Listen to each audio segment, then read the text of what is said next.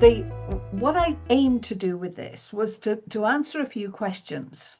What's the best chart for money matters, and is there such a thing?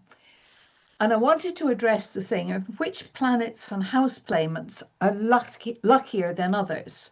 And then finally, I wanted to find out if there was a way of using this understanding to improve your financial well-being.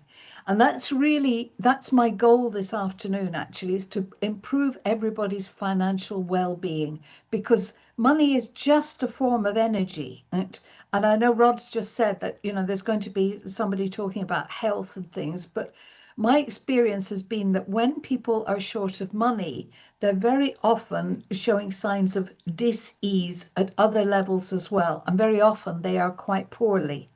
So yes, I'm interested in money really from a point of view of the entire being's well-being. I've been working with clients since 1985, arguably since 1973, but properly since 1985. And one of the things I've learned most is that words matter. Somebody's language is really, really crucial.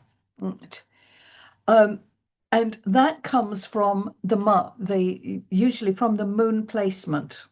Now, bear with me with this. When you arrive as a baby, right, you need to be fed. As humankind cannot feed itself, right? So we have to make sure that we're going to get somebody's attention so they give us what we need.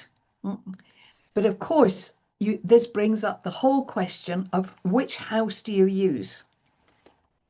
Now that's a bore, isn't it? Right? Did you know there were 38 of them? Which one do you want to use? Whose idea was it to have 38? Was it not, it's just not, everything is not enough. So I have discovered in my time that there are 3, arguably 4, that I need to work with on a regular basis. I still work with others as well. And the problem with that is if you start talking about, I haven't got enough, the universe is very good at making sure you won't have enough, right? Because we're in a partnership with the universe. So the words that you use absolutely matter. And understanding somebody's moon position will give you an idea about their language. And through that, then you can help them modify their language to the point where the universe starts to smile a bit more. Because I don't want anybody to leave this thinking, I've got a bad chart for money, because there's no such thing, right? There's no such thing as a bad chart for money. Every chart there, it's like playing a game of cards. It's how you actually play with the cards. If you understand the moon position, which is the primary thing, and how you can alter your conversation so that you don't talk about, you don't put it out there, lack or problem, blah, blah, blah.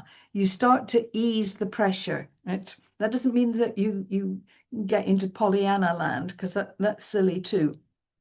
But moderating the language, right, allows you a little bit of ease. And I've been waiting in the shadow of the sun.